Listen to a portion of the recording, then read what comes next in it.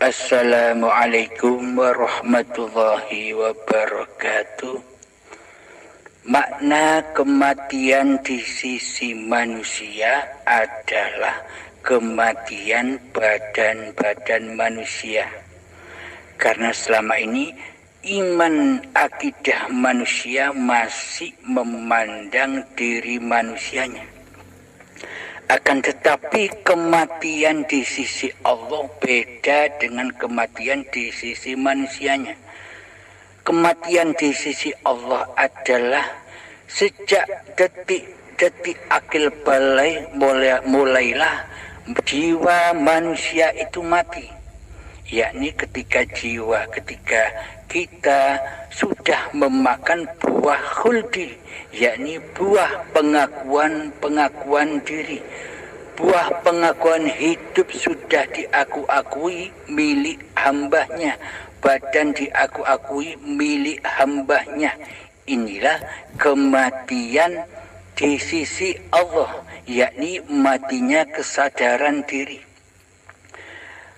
Karena buta mata hatinya, itulah yang dimaksud kematian di sisi Allah. Setelah manusia mati, maka dikubur. Alam kubur di sisi manusia adalah manusia yang dipendam di dalam tanah itu. Angan-angan manusia menganggap alam kubur itu di situ. Akan tetapi di sisi Allah, alam kubur itu adalah badan-badan kita yang dari tanah inilah kuburan yang memendam, yang mati. Ketika hawa nafsu masih menjadi Tuhan, maka terkubur di dalam badan ini. Siksa kubur di sisi manusia, tersiksanya badan-badan manusia hingga hancur di dalam kuburan. Itu makna siksa kubur di sisi manusianya. Akan tetapi makna siksa kubur di sisi Allah itu adalah ketika hati kita panas. Ketika cita-cita kita tidak terkabul, maka hati kita panas. Ketika persaingan bisnis kita kalah, kita panas, marah, benci, dendam, hasud. Itulah api-api yang tidak berasap. Karena manusia menganggap siksa kubur dan siksa neraka itu dari api-api yang ada di dunia yang berasap. Akan tetapi api neraka itu tidak berasap. Nah, di mana disiksa? Ya di dalam kuburan badan-badan ini kita tersiksa. Ketika ada virus corona, kita takut. Kita serba takut di dalamnya. Takut miskin, takut tidak makan, takut lengser kemuliaannya di sisi manusia, takut hancur kehormatannya di sisi manusia. Semuanya serba panas, yakni di dalam hati kita tersiksa. Inilah makna siksa kubur di sisi Allah. Menunggu sampai hari kiamat, disiksa di dalamnya abadan abadah hingga waktu yang ditentukan. Hari kiamat. Apa makna hari kiamat di sisi manusia itu? Hari kiamat itu manusia menyangka, mengangan-angankan hancurnya dohiria ini, hancurnya bumi dan langit. Itulah yang dimaknai kiamat oleh manusia. Akan tetapi kiamat di sisi Allah itu adalah ketika hamba sudah menyadari kezolimannya selama ini, sehingga hamba mencari Tuhannya dengan cara berzuhud, mensucikan diri, menyuwungkan diri, kata Kusuk. Yakni apa kiamat itu? Ketika kita di saat laku zuhud, kita mengkiamatkan, menghancur leburkan apa-apa yang selama ini kita akui sebagai milik kita. Hidup manusia kita lengserkan, hidup manusia kita hancurkan, kita persembahkan kembali bahwa hidup itu Allah. Kita menghancurkan badan manusia kita. Kita mempersembahkan kembali bahwa badan ini milik Allah. Kita menghancurkan, melengserkan kekuasaan, daya upaya, ikhtiar kita selama ini menjadi milik Allah. Nah, ketika sudah hancur lebur dunia alam semesta ini, maka Allah berfirman, siapa yang mengaku menjadi Tuhan? Adakah Tuhan selain aku, kata Allah. Nah, ketika sudah hancur lebur apa yang sudah diakui oleh manusianya di dalam laku zuhudnya, maka hidup itu akan mengaku bahwa innani anallah la ilaha illa ana. Sesungguhnya aku ini Allah, tiada Tuhan selain aku. Inilah firman Allah. Kiamat. Setelah kiamat, hari kebangkitan. Hari kebangkitan, pemahaman manusia, angan-angan manusia adalah seperti bangkitnya badan-badan ini. Diilustrasikan seperti kecambah yang cukul dari tanah. Inilah makna hari kebangkitan di sisi manusia. Akan tetapi hari kebangkitan di sisi Allah itu adalah ketika hayatullah sudah wujud di hati manusianya. Inilah makna hari kebangkitan, yakni hari kesadaran. Ketika manusianya sudah kembali kepada hakikat diri sejatinya, yakni bersifat Adam, tiada. Yang bangkit siapa? Yang bangkit, yang nyata, yang wujud Allah sendiri di hati salik yang sudah mencapai makom hakikat diri sejati dirinya yang tak ada, yang tak wujud, yang mati dan sebagainya, seluruhnya ada di dalam sifat muhalnya Allah. Inilah yang dimaksud hari kemudian. Hari akhirat. Hari akhirat manusia memaknai ketika nanti peristiwa itu terjadi, ketika badan sudah mati, nanti setelah hari kiamat ada hari akhirat. Itu menurut di sisi manusia. Akan tetapi hari akhirat di sisi Allah itu alam lillahi ta'ala, itulah akhirat. Rabbana atina fid dunya hasanah wa fil akhirati hasanah wa qina azabannar. Yakni ketika badan kita beribadah, ketika di hati kita masih wujud manusianya, itulah dunia. Jadi ibadah kita selama ini tidak sampai kepada akhirat. Karena penguasa di dalam ibadah itu adalah manusianya. Padahal syarat untuk menuju akhirat itu adalah inna sholati wa nusuki wa mahyaya wa mamati lillahi rabbil alamin. Sesungguhnya sholatku, ibadahku, hidup dan matiku adalah lillahi rabbil alamin, milik Allah, Tuhan penguasa alam. Inilah yang dimaksud akhirat. Ketika hati kita sudah bersahadat bahwa yang mempersolatkan, yang memberdirikan, yang mentakbirkan, yang merukuk sujudkan badan ini adalah Allah. Itulah makna kebaikan dunia dan akhirat, yakni badan bersyariat, hati bermakrifat kepada Allah, yakni hati memahami bahwa yang bersyariat itu bukan manusianya, yang bersyariat itu adalah syariatullah. Inilah syariat yang dibawa Kanjeng Nabi Muhammad sallallahu alaihi wasallam. Terbukti di dalam kita sebelum melaksanakan sholat dan ibadah-ibadah, kita diwajibkan untuk berniat. Tujuannya apa? Agar kita kembali ke akhirat, ke alam lillahi ta'ala di setiap akhir niatan seluruh sholat dan ibadah. Akan tetapi selama ini kita hanya tinggal di dunia. Dunianya saja yang baik, tapi akhiratnya buruk. Badannya saja yang beribadah, tapi hatinya ingkar kepada Allah, mensekutukan Allah dengan dirinya.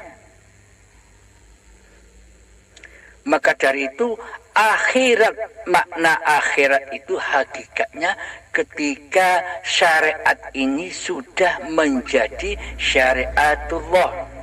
Itulah makna akhirat di sisi Allah. Yaumul hisab. Apa makna yaumul hisab di sisi manusia? Di sisi manusia yaumul hisab itu ya seperti ditimbangnya amal kebaikan dan amal keburukan.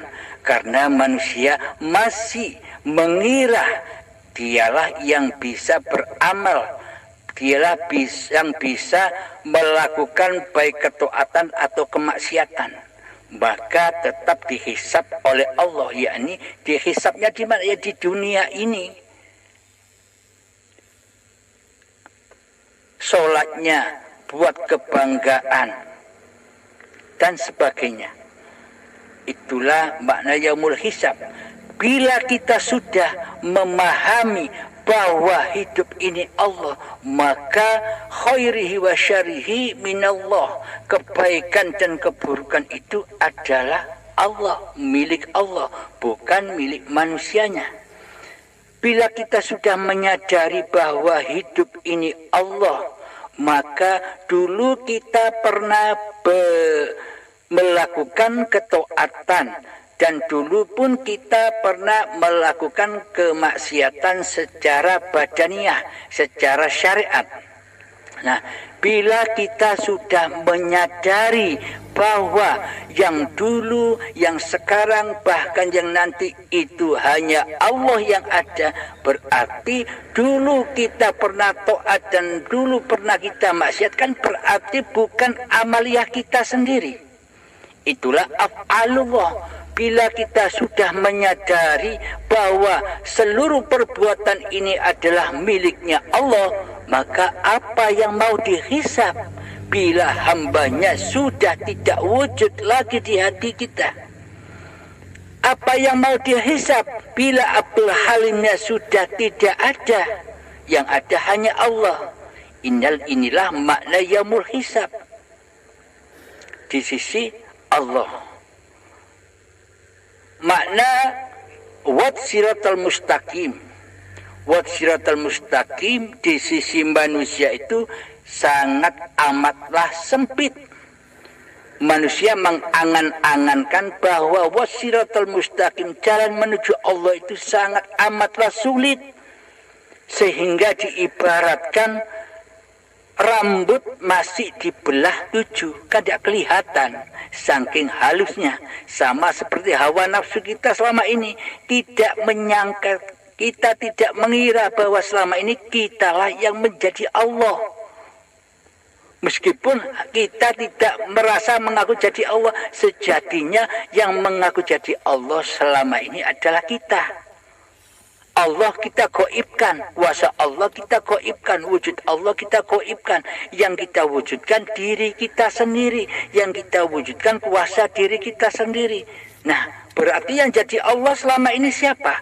Anda atau Allah? Kita atau Allah?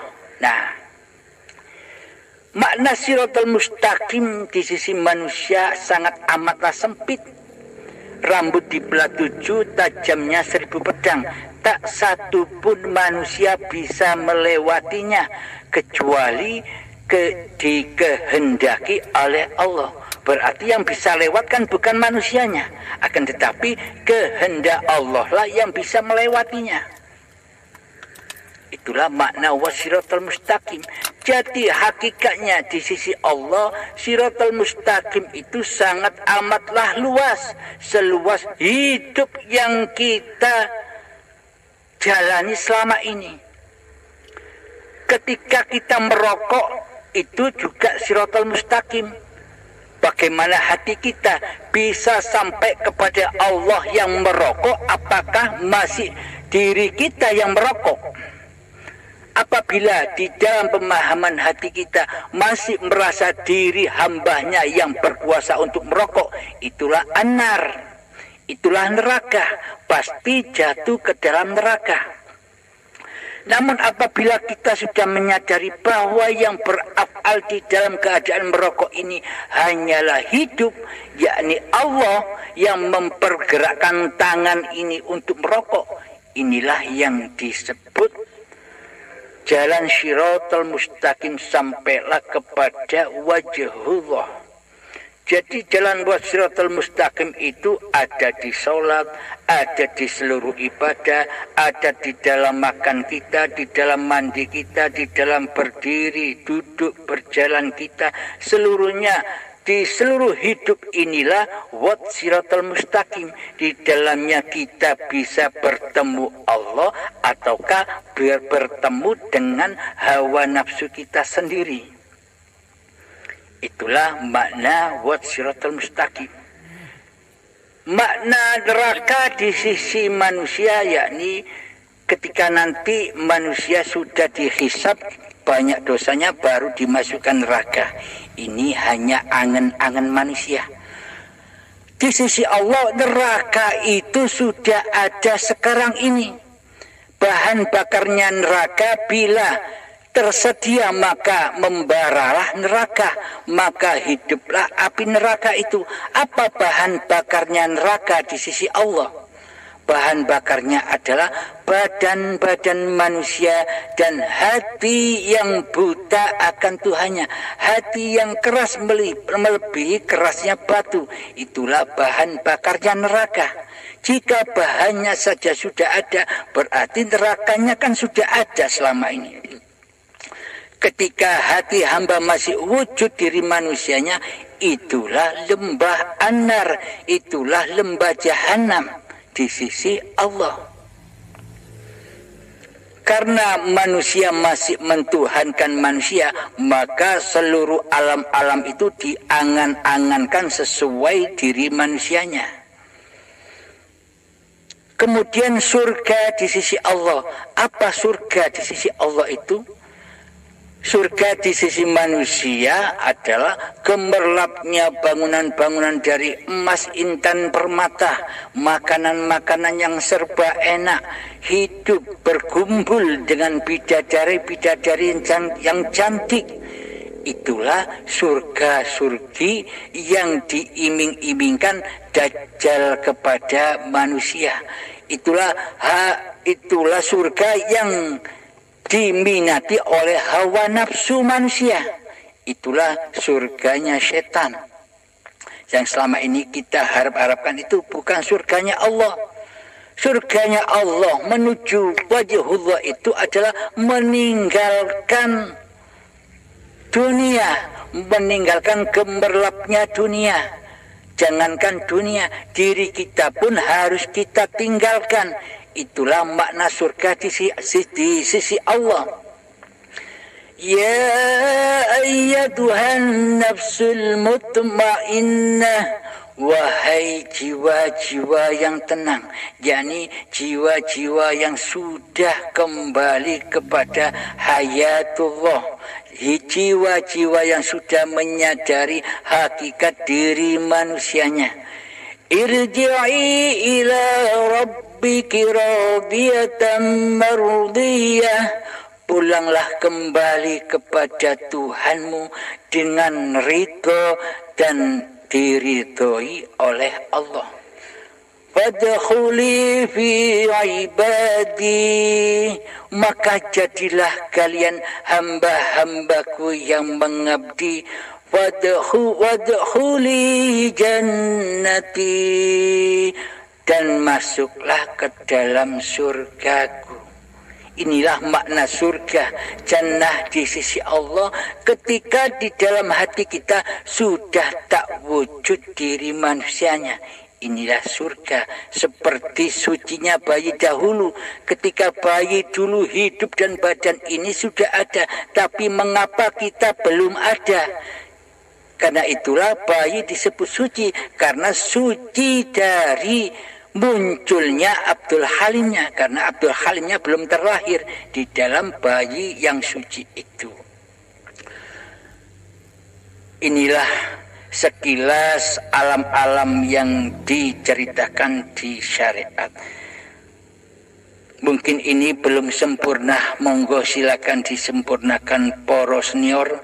Terima kasih. Assalamualaikum warahmatullahi wabarakatuh.